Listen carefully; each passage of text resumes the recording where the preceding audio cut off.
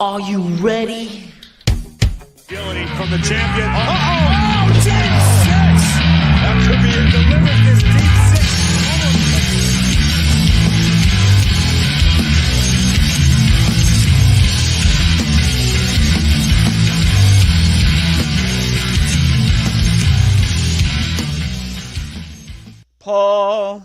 Paul, can we please fire Paul?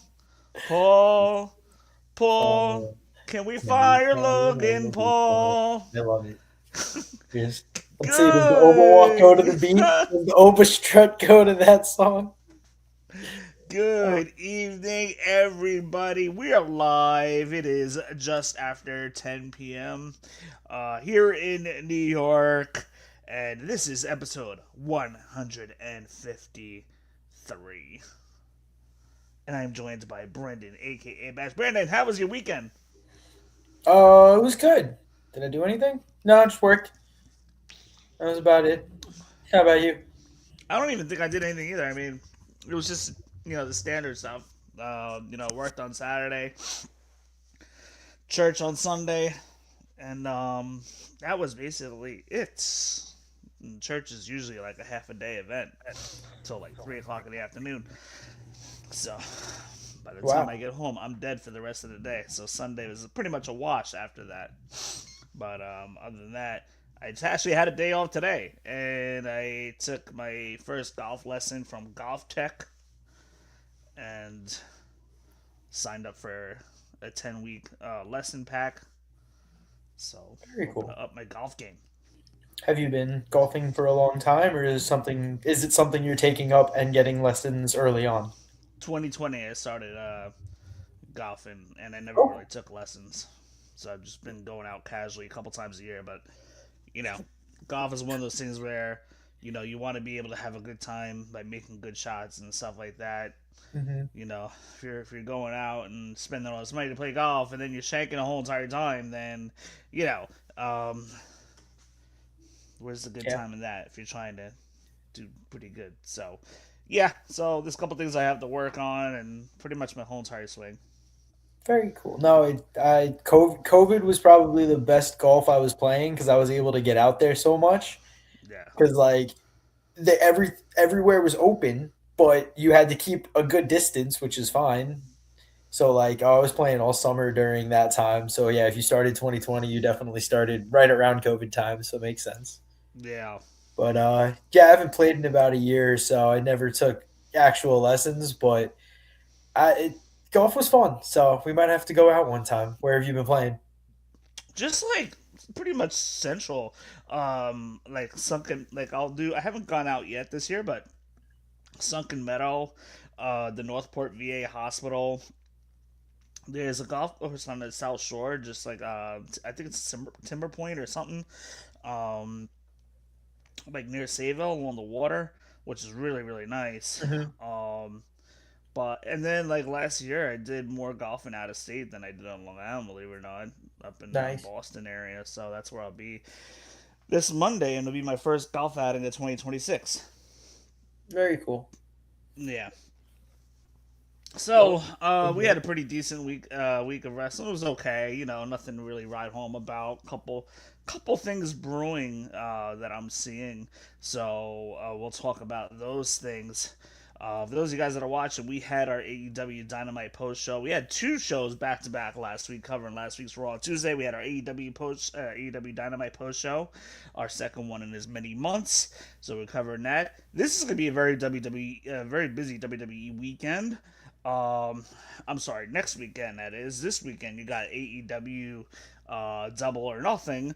Raw Monday, I'm really not going to be able to see much of it because I'll be traveling. So for those of you guys that watch AEW, hopefully we'll have an AEW post show in time, maybe by Wednesday, depending on when I get that show in to watch it. So I should be caught up with all AEW stuff by then. But anyhow, talking WWE, next weekend we have a very big weekend coming up. Um, well, we got Friday SmackDown. Saturday, you got Saturday night's main event. And then you got um, clash in Italy. Well, sorry, I'm butchering this whole entire thing. Let's rewind. Okay, Okay. this Saturday is Saturday night's main event, Correct. and then Sunday's Double or Nothing. The Yes. weekend after, it's just Clash in Italy. Correct. So Which is not one but two Sunday shows, which I kind of like going back to old school WWE and getting the Sunday shows. yeah, I don't mind the mixture. Yeah, the Sunday shows aren't bad either. Especially when they're not very late at night. But I do Well, it's like me the Sunday also. shows. It's me also being a UFC fan, so not being able to watch both at the same time because literally both main events end up being on at like 8 or 9. So it's a little tough to I watch am both. sure you saw the Ronda Rousey versus Carano fight. I did. I won some money on it because how that had to be rigged or not rigged, but like they just needed to put that on for money for people to tune into Netflix because that that was just so bad. But the other fights, the Mike Perry versus Nate was fantastic. That was a great fight. And then the other ones, I knew what was going to happen before they happened as well. Round one knockouts, just guys that shouldn't be in the ring anymore in the cage. But I will tell you this much: anybody in my jiu-jitsu school mhm. would have put up a better fight against Ronda Rousey than what Carano did. All Carano needed to Fair. do is when Ronda Rousey shot in, she just needed to sprawl. And then all of a sudden, Carano would have a little bit of a upper hand on Ronda Rousey, at least to start the fight. Would have been a little bit of a quicker fight there. Ronda did that to somebody in the UFC in 13 seconds, I believe. She has the fastest armbar finish of all time in the UFC. And that was against an actual decent competitor at the time. Not to say Gina Carano isn't a decent competitor, but she hasn't fought professionally in I think it was 18 years or so. So it was just that the reason they did it is because Ronda was really good in 2013 and Gina was really good in 2008, but they were never able to fight each other. So they were like, hey, now we're both in okay shape. Let's do it here. But Ronda is still in her prime and fought, 6 years ago at least. So yeah, that was bad. She But wasn't ready for Ronda. no one's ready for Ronda. She was not ready. But basic wipeout stuff, like like she put up no fight. I Yeah, mean, there was nothing to do there. But no fight. I mean, that's what she's known for. Like I just said, she literally just has the four fastest finishes by like women or submission finishes by a woman in the UFC. So yeah, it's pretty bad. being the jujitsu guy, like you have to scout that out and be ready to break out of the armbar, which Hmm. I know about three different ways to get out of the armbar. It was too quick, but Carano should have been ready to counter that fast for sure, and she was not. So like she got the armbar on, but like before the armbar, like Carano was mounted. Let's do something. There are ways to get out of that mount. You could have tried to put her on half guard really quick and get her working there. You could have bumped her off and maybe kind of slid out the back door. There's a lot of different things Carano could have do, but didn't. And Ronda was just quick on her game too. So 17 seconds. Not many fans were happy uh, at the Yeah, length of this match, to be honest. it's I hate to say, and I will never recommend gambling to anybody. However, the fact that I've won money a lot of weeks, that's where I recommend it to myself, and I don't give a damn. So, yeah, I would have told anybody to put money on her to win by first round submission, but, you know, I think it was Yeah, probably minus 250 at that point. So, unbelievable. oh, yeah. No, she was like the minus 700 favorite to win, I believe. And by submission, it was like minus 500. So, yeah, we all kind of expected that, but yeah, like you said, a lot of people. I mean, hey, all you had to do was watch it on Netflix, and if you already pay $7.99 for WWE to watch on Netflix, might as well just watch that fight anyways. For But yeah, real. into the 10-minute mark. Let's get into WWE on Raw Yes, yes. So we on have a Netflix. couple of topics tonight. We're not going to cover every match because there were some things that just really weren't. They were kind of just there, but there was some pretty interesting stuff going on that many wrestling fans and many podcasts may not even be talking about right now. But we're going to cover it here. So, you saw our topics for tonight, Brandon. Where would you like to start? Um, you know what? I think there's just something. I hate to go a little out of order. There's just something we got to talk about quick. Get it taken care of right in the middle. We were supposed to have the Obafemi Open Challenge tonight. Say that a few times fast. Yes. Excuse me.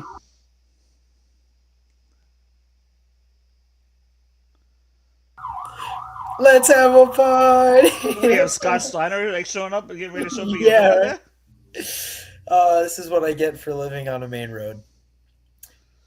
Back to a regularly scheduled program. Oba comes out, about to pose, and then we see a silhouette, and Brock Lesnar does not one, not two, not three, but four F5s on Obafemi before he could even breathe. So Brock Lesnar, presumably retired, put his gloves and boots in the middle of the ring at WrestleMania, and now comes back on a random Raw. So I want to hear your thoughts on that, and then we also see something a little bit later by Paul Heyman and Pierce, which I'll also let you kind of allude to as well. My reaction is like, you got to be freaking kidding me right now. In a good way or a bad way? I mean, I'm 50-50 because Okay. I'm afraid of the fact that I don't think they will do it, but there's the possibility that you know, Oba could take his first loss in WWE. Like I just like first of all, before we get into that little setup, I just think that they should have kind of left it there and have Brock Lesnar come back for something else. I guess so. My main thing is first time going to Italy. You want to get a bunch of matches on there and a lot of big names. What bigger name than Brock Lesnar? And what bigger guy than Obafemi? So I understand the rematch of the year, of potentially the decade, could be that match in Italy. So I would love to see the match again and actually have it go for about 10 minutes instead this time and see if either guy can actually hang that long. But yeah. Did you write the interaction between Paul and Pierce in the back? Yeah. So Really write too much of what let's they said. go to that. There was the let's talk about that interaction. So this was this segment really took place later. We're about 3/4 of the way through the show, if not a little more, and we get past the part that Lesnar attacks Obafemi during his ring entrance. Um, Pierce is pissed because he filed for papers for retirement for Lesnar. He's out of sorts, not knowing what's going on. Demands officials to get Paul Heyman, and unbeknownst to Pierce, Paul Heyman's already waiting in the office, and Paul hands Pierce a piece of paper, and that paper is a contract for a Clash of Champions, Brock Lesnar, challenging Alba Femi, and Paul Heyman saying that all but Femi has to do is put pen to paper, and then we'll have one of the greatest wrestling rematches in history. And yeah, so that's where we're at. We're gonna see the continuation of that on Monday. Alba Femi is gonna be furious.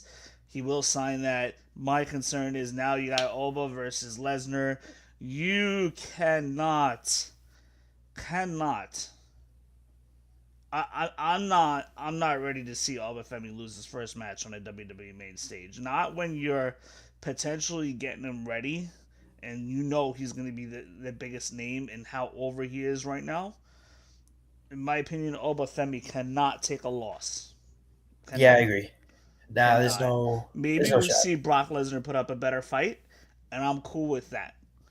Mhm. But Brock Lesnar cannot beat Obafemi, and I'm hoping that maybe Gunther will intervene so that maybe we could start a Gunther Lesnar program or something. But that Yeah, won't happen because Gunther's got a match with Cody, so. that's where like I'm very, I don't know, I'm very indifferent on this because like what direction can you go from here? My initial thought was gonna be that like damn it, because now Seth is supposed to face Braun, so that's already out of the page. I figured we get like a Seth versus Braun type thing, or is there anybody that can come out and attack Oba? But Well, nobody. here's the thing. I, Here's the thing. If everything like now we're a Clash of Champions, the next pay per view should be the end of. I'm sorry. What did I say? I said Clash in Italy. The next pay per view is Night of Champions right before July. So Mhm. now you have a whole month to advertise and do the King and Queen of the Ring tournament. So now you have a new line of opponents for Oba, meaningful matches to build up to the number one contender. And then by the time Night of Champions comes, he wins the King of the Ring, and then now you're building to a Oba Femi versus the champion of his choice kind of thing. So we're there. We're basically like, he got a few opponents. He got some squash matches in. Now we're at the point we're gonna get Oba Lesnar too. Oba should go over, and now starting Monday, the day after Clash in Italy, you'll be building Night of Champions, in which I believe they're gonna announce King and Queen of the Ring tournament. And there you go. Now you have something for Oba to do for the next 4 or 5 weeks, and um, get them to build towards a big time SummerSlam match. Yeah, okay. No, I That's see that's that. what makes That'll sense, work. assuming they do the King and Queen of the Ring, which I think they will do. Because they've done this for the past, if I'm not mistaken, they've done King and Queen of the Ring for the last 2 years now. I can't remember who the last ones have been. That's the bad thing. Yeah. I think Tiffany Stratton and Cody was. Uh, I remember. Cody definitely was. Yeah, and I think it was Tiffany Stratton. Sure. No, it was Jade Cargill. It was Jade. Jade. Didn't she go with a stupid accent for a little bit? I Or think am she I? still has a stupid accent. I don't like Jade Cargill. I'm I so sensed glad that. that that title is off of her.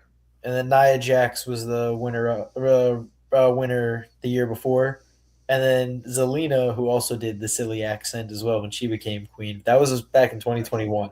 So King and the Queen of the Ring's been okay. So that kind of helps prove my point a little bit. King and Queen of the Ring's been a thing for like the last 4 years now since they brought it back consecutively.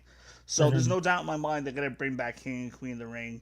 Obviously, it's always been a build to SummerSlam, so it's probably gonna be the month of June building the Night of Champions. And then again, by Night of Champions, you're right there in July, and then you only have 4 weeks to build for SummerSlam. So it makes perfect sense.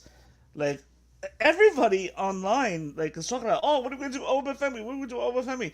This story's right there. Just let them breed for a couple weeks, get some squash matches in between WrestleMania, and then come summertime, and then we get to the King of the Ring tournament. Then there's something for him to do. Then you get him the number one contender, have him win the belt to SummerSlam. It'll basically replicate Brock Lesnar's push like 2002. Hmm. Yeah, yeah. Easy booking because he's that over where you gotta give Oba Femi, make a star right away. Like he's already right there. He just give him the belt, just make him the champ, make him the biggest thing in WWE right now. So, but and Like, he's that over where people are chanting his name before his music even starts. So, and this is Carolina, by the way. These southern states are very lazy fans. And for people to get good ovations in Carolina, unless you're from there, in like those southern states, if you get good ovations down there and you're not from there, that's a pretty good sign to me, in my opinion. I like it. Yeah. So, Brock Lesnar returns, and we will see from there what kind of build we get towards SummerSlam, in which, my opinion, if they're still going to follow through with Gunther, then that's going to lead me to believe that Gunther will not beat Cody Rhodes at Clash in Italy. But Mhm. that's a pretty stacked card, though. Fair. Yeah. So that's that. We have Roman Reigns, and the feud between Jacob Fatu continues. Mhm. Um, Again, second week in a row. The show starts with Roman Reigns pulling up in the vehicle. Pierce says, "We wouldn't be in this predicament if you had listened to me, Roman." And Pierce insists that Fatu needs to be fired, but Roman's like, he wants to call out Jacob Fatu. Um, doesn't want Pierce to fire him. Roman Reigns wants to handle this. And before you know it, you see Jacob Fatu come to the ring and calling out Roman. So the fans were cheering for Fatu. Jacob's over. Yep. Like I said, Fatu is not even from there. And he was getting a big crowd reaction. Uh, Fatu says, "You're trying to call me out, Roman, while I'm here right now, and bring yourself out here." Then the Usos come out. We see Jay with a chair. Jimmy says he was supposed to acknowledge Roman and that WWE is about to fire him if he keeps this up. And then we see the Usos attack Fatu. Jay's chair shot was loud on upon contact with Jacob Fatu's back, yet ineffective. Fatu no sold that and puts down Jay with the death grip, and then you see Roman coming out, and then we get the stare down between Fatu and Roman, and then that leads to a brawl. Usos and Roman finally take care of Jacob, and then Pierce is about to fire Jacob Fatu, but Fatu gets on the mic and demands him to come back, and he yells "Tribal Combat," and Roman Reigns accepts. What did you think of this whole segment? What did you think of the announcement of the Tribal Combat match between Roman Reigns and Fatu? And does Roman leave Clash in Italy as champion? I was waiting for that because as soon as Adam Pierce was about to say you're fired, I was like, I don't think they're going to fire Jacob Fatu. I don't think it's time yet. So I didn't expect him to be injured or anything like that. So I was like, yeah, we're going to get some crazy type of match. And then a little bit through, I remembered the other two. Uh, what do they call it?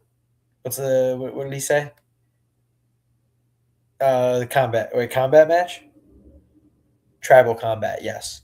So yeah, I remember the other two that Roman had, and I was like, this is definitely the direction that they're going. I don't know if you're muted or did I hit nothing? No, I'm on. So There, you're back. one was at Raw against Solo, and Okay. then the other one was against Jey Uso, SummerSlam 2023. Yes. So I was at the SummerSlam one, the first one. Really? Where was Yeah, that? Detroit, Michigan. Oh, nice. Took a little trip. Yeah, Very it was a little trip. We took a flight in, and you know, I didn't particularly care for the times that we flew in and out of Detroit, but otherwise it was a good trip. But makes sense. yeah, Sorry if you keep. I'm gonna keep kind of floating. I'll get back to you on why I'm moving. Wait. Okay. Okay. I can see my TV now. Hopefully, there's nothing behind me. yeah. There's some Sorry. I stuff. am There's some focused. good I am stuff on focused. TV tonight. I mean, you got the Yeah, the Knicks Knicks are on right game. now. What's the score of that game, by the way? 97-93. The Knicks have went on a 22-4 run to come back into this game. Knicks are up. No, they are down. So sorry. Okay. Because I know Yeah, the they Knicks were were. down like 10 points like about 20 minutes ago. Yeah, they were down 13 at the end of the third quarter. So they have Hmm. now went on a crazy run to get back into this game with 2 minutes left. So I'm definitely focused. You keep talking. I am very good at multitasking, but I am zoned in on this game as well. Yeah, so this is basically as much as we got, and I think we saw LA Knight kind of bickering with the Usos, basically like telling the Usos that Usos are doing now what the Vision was doing, um, you know, weeks ago, and it's just a little bit of a confusing storyline here, just because like I can't really pinpoint at times where who's the face and who's the heel in this feud. Like Jacob Fatu, to me, kind of came off as the face last night. The way he just got his butt handled, and but there are times where Jacob Fatu has come off as a heel, and then Reigns and Usos looked like the face last week, especially. Yeah, it's So tough. it's It's been a little tough. confused. I'm just a little. There's no clear to me. There's no clear babyface and clear heel here. Roman will always be, I think, the face until he does something crazy against another face. And I don't think Fatu is enough of that. He's the solo guy. You have the Usos yeeting around, and they'll almost definitely make the decision to help Roman. Who knows what LA Knight does as well, because we saw his face pop up a few times tonight. Yeah, I mean, LA Knight's kind of like in between like two different storylines if you really think about it.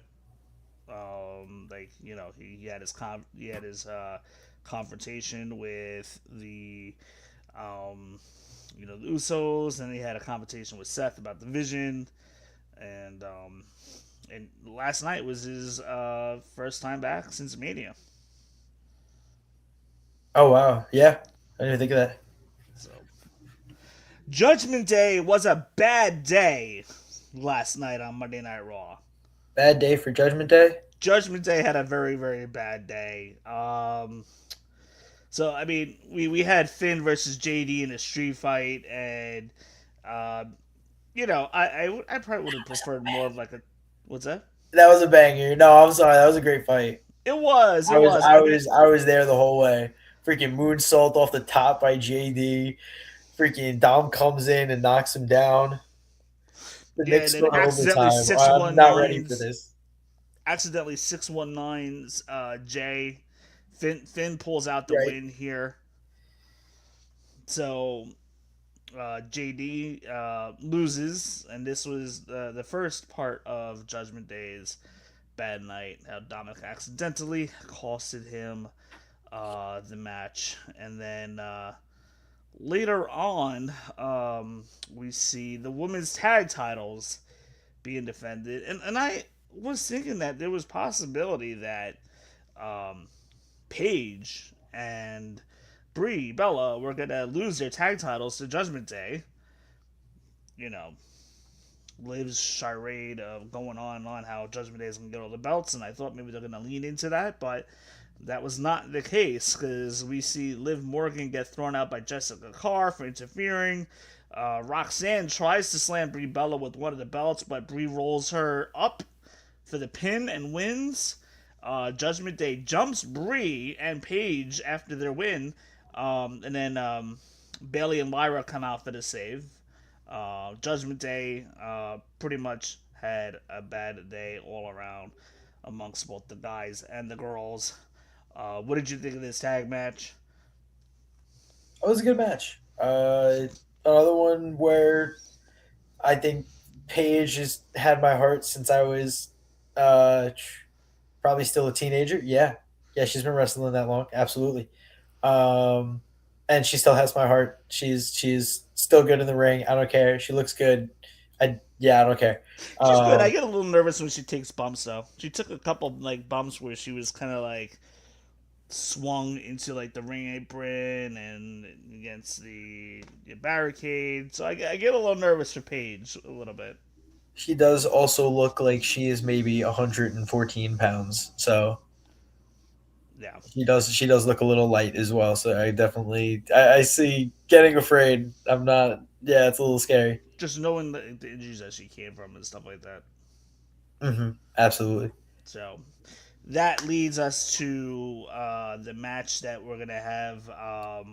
Paige and Brie Bella will be defending against Lash and Nia Jax at Saturday night's main event, which we'll get to in a few minutes.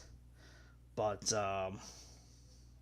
let's talk about the Seth Rollins Vision stuff. Why don't we? Sure. Um, so we see let's see where that started out. Okay, so that started out okay, a couple segments in. So Seth Rollins was granted the main event spot on the show in the middle of a promo. He announced, and he was challenging Braun Breaker to show him who he really is, but we don't get that.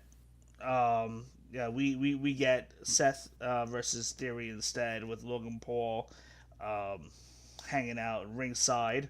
Um, the fans during the match are singing "Fire Logan Paul" during the match, I which I thought was great. didn't even catch that. It's funny. Yeah, Theory nearly wins with a curb stomp because of a Logan Paul distraction. Yeah, Theory looked alright in this match. We see Logan Paul hand Theory the knuckles. Seth catches Theory with a couple kicks and gets the knucks, um, but loses them. And Rollins later pedigrees Theory for the win. But we get Logan Paul attacking Seth after the match, after Seth Rollins' win. Um, Dawkins comes out, and this is really where I wanted to get to here. Mhm. Um, we see Dawkins come out, and there was a promo that took place not long before this match started with Dawkins approaching Seth Rollins backstage. And just moments before that, Montez Ford's like, well, listen, don't get us involved in this. Like, Montez does not want to be involved in, fixing these issues. You know what I mean? Mhm. As we know, Montez Ford and Dawkins do have a tag title match against the Vision coming up, and I believe that's a Saturday night's main event. Um, but we see Dawkins come out for the save, but then he gets double teamed, and then they're still outnumbered. Seth and Dawkins are now outnumbered, and then we get Montez Ford with the save. But we see a little dissension between Montez Ford and Dawkins going on in the ring because Montez Ford didn't want Dawkins to get involved, saying basically been going on saying for the past couple weeks you can't trust Seth. Um, and then Breaker comes out and attacks both the Prophets because they're distracted by their own beef with each other at the moment. And then we see Breaker spear Seth, and then it leads to a little bit of a brawl, and Raw just kind of goes off the air from there. Um, but I wanted to point this out: dissension between the Street Profits. Oh Is yeah. it possible that we get a split by the Street Profits, Um. where one turns on the other? Yeah. I think that they you saw it was in Montez Ford's brain, like he was staring at Dawkins, and I think after they lose to the Vision on when are they is it main event? Yep. Yeah. I think we see when they lose at main event, Montez Ford turns on Dawkins and becomes a heel, Enjoys and the maybe Vision. even maybe potentially joins the Vision and says like, "Bro, I told you to stop messing around with these guys, but they're winners, and I've only been a loser with you, so I'm gonna come be a winner." Yeah, because I mean, well, one, um, excuse me, um, Dawkins and Ford really haven't won anything in a couple of years, as far as I know. They haven't had tag titles in a while, 4 years maybe. Sounds right. Yeah, that's a while. So I honestly think like whoever turns on the other person is there and joins a Vision, they're gonna be that's just gonna elevate them right away. Montez Ford has it. He can do a solo and have a great solo career. He absolutely has it, and I think this is where you split them up. But then the question is, what do you do with Dawkins? Does he become the Marty Jannetty of the team? Ooh, yeah. I mean, Dawkins is a big guy. He moves quick. Like he definitely deserves something, if not anything. But I'm really not too sure. Because I honestly think that Montez Ford doesn't need the vision to have a good singles career. That is I, true I, too. I think he can hold himself. So if anything, you can use Dawkins, have Dawkins be the one to turn on Ford, and then you could repackage Dawkins, and then have Montez Ford just carry on a solo career like as he's doing right now. Yeah, I can mess with that. That's fine. Because my question is, okay, if it's the other way around, where it looks like it could be heading, we don't know that for sure. What do you do with Ford? I'm sorry, what do you do with Dawkins if Ford is the one that turns and goes with the vision? Either way, one of their stocks are going to get elevated. But I'm more concerned for Dawkins if he's the one that's left behind by Montez Ford, as opposed to if Dawkins were to join the division and turn on Ford. Ford is capable enough to do a solo thing on his own and maybe join forces with one of the faces and kind of just elevate that way, and you can repackage Dawkins. But then if it's the other way around, Ford turns heel, joins the division. What do you do with Dawkins? Like I just don't really know. There's been plenty of people that have been sent packing recently. Even ones that were part of groups. So, yeah, if Dawkins ain't getting anything, you know, maybe we see him as one of the next bye byes. Yeah, I don't want. I mean, I don't want that. I believe I've very much enjoyed the Street Profits work together, and I don't want them to break up. But unfortunately, if you're not really getting any crowd reaction, and if you're not a comedy guy like R Truth and Tozawa and Otis, then you're really sorry. Danhausen now gets thrown into there, but yeah, you're really not gonna stick around too long if creative has nothing to do with you. So we shall yeah. see. So hopefully that's the case. That if they do have Montez Ford join division, that they do have a plan for Dawkins. Let's hope that's the case. I just feel like their tag team run is kind of ran its course unless they go a different direction with the tag team, and maybe the both of them join division. Who knows? But that wouldn't really make sense as you got the tag team rivalry going on right now. So, Mhm. but moving on. But for those of you guys that are watching, be sure to find our YouTube channel and subscribe to our YouTube channel. One, that will help us out, and plus we have a lot of content coming at you over the next month or so. We have the Saturday night's main event. We have the week after. We have Clash in Italy, which I'm excited to do a post show at 6 o'clock at night, by the way, instead of 10 or 11 o'clock at night. So we will do a post show for that. Um, but our last topic of the night is we're talking Saturday night's main event updates. Um, Here we go. This is what we got. Hopefully that shows up pretty well on the screen. Give me 1 second there to clear that out. All right. So, right there on the bottom, we got Penta defending against All Ego Ethan Page.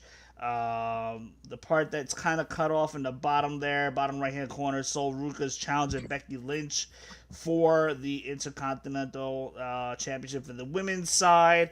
I don't get why they're doing Sol Ruka versus Becky Lynch here. Even Becky said it herself. Like, you gotta earn championship title shots. Like, I don't get why. They did it with Nikki Bella a couple months ago, and Nikki Bella's a great person, phenomenal. I've told you guys how I met her at the airport recently and took a picture with her, and very, very nice with their fans, absolutely. But Nikki lost all the matches, and then before we know it, she had a women's title match. So Ruka hasn't won a match yet, and she's getting an IC title match already. Like, it's just booking is just it's a little weird. Apparently, the way to get championship matches is lose consecutively or attack somebody. It's just very very interesting how they do all that. Um, but then in the middle part of the screen we have Rhea Charlotte and Alexa Bliss against Jade Cargill, B Fab, and Mi Chin. I would expect JC Jane and Fatal Influence to interfere there. And in the top left hand corner and top right hand corner, we have the two tag team championships being defended with Division defending against Street Profits, which we just covered moments ago, and then Bree and Paige versus Nia Jax and Lash Legend. I don't think Bree and Paige honestly are gonna have a long title reign here. Um, it's very possible that we see new women's tag team championships here. Very possible the Street Profits lose and then one turns on the other. I think we get a pretty straight up good women's 6-man tag. We'll probably get interference there with Jade Cargill and B Fab and Michin winning. Who knows? Maybe we get Soul winning the belt with the IC title. A good chance Ethan Page comes out of here winning. What do you think about the Saturday Night's main event card? Um, a lot of women's matches. Um, and then, like you said, I mean, both Sol Ruga and All Ego. I mean, All Ego has a couple of wins. One of them fueled by Rusev. So, yeah, I don't understand why both of these championship matches are being made at this time, but it's all right. It's fine. Just give me decent matches, and honestly, if the matches can tell a story, fine. Like, you know, like they said, Sol Ruka had two uh, good matches. I mean, yes, they were losses, but if you give me a third good match where Becky has to pull her shenanigans as usual and do like a cheating roll up to win, then screw it. I don't care. Yeah, for sure. But there are other people that that are, in my opinion, a lot more advanced than Sol Ruka that should be in this spot with Becky Lynch. Maybe like a Lyra Valkyra or a Roxanne Perez. Uh, like Raquel. Like, what are we doing with her? Um, but I digress.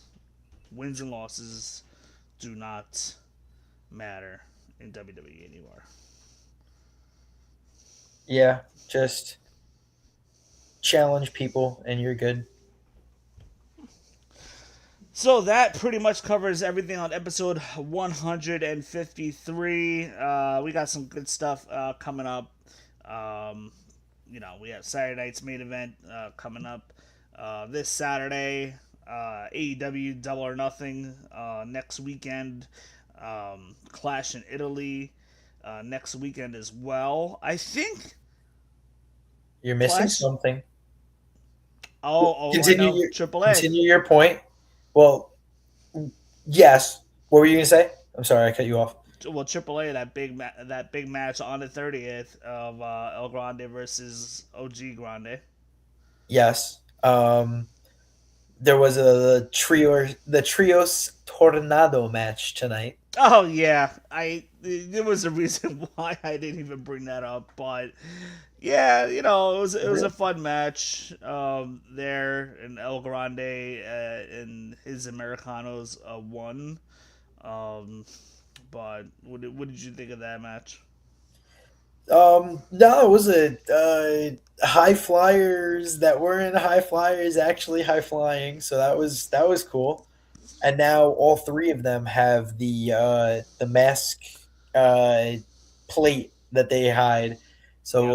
we'll see if that is also canon in the AAA world, because we randomly have, which is so weird to me that Julio and Bruto are on Raw, but Julius and Bruto are at AAA. So why aren't they? I don't know why they're not putting on the masks down there. It makes no sense to me. Mm. But yeah, Yeah, the that's actually a big match. El Grande versus OG Americano. Grande because the loser has to take the mask off, and I am excited for that moment. So I will definitely be locked into that match. Unfortunately, that show starts at like 10 o'clock at night. I don't know if it's a pay per view or if it's just a regular 1 hour show. I gotta find out what the deal is with that. yeah, I But don't know. I haven't seen anything about it. I'll be around to watch it, so that should be good. But Brandon, anything last minute thing that you want to add before we go off the air? Did you see the What a Guy? Yeah, That was so weird. yeah, I know. Michael Cole was marking out for sure. Marking out. He's like, go get me some. And Otis, the fact that Otis is the hungry guy, at least Otis is the guy ordering the food because why not lean into the fat guy? Yeah, Oh God. I think that was really about it. Brock is a maniac, or Brock, yeah, Brock and Braun, both maniacs, both created a bunch of havoc.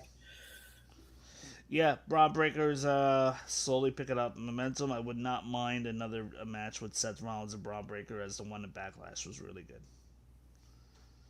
So, Very cool. but End to that's end, the Knicks with maybe the greatest comeback of all time.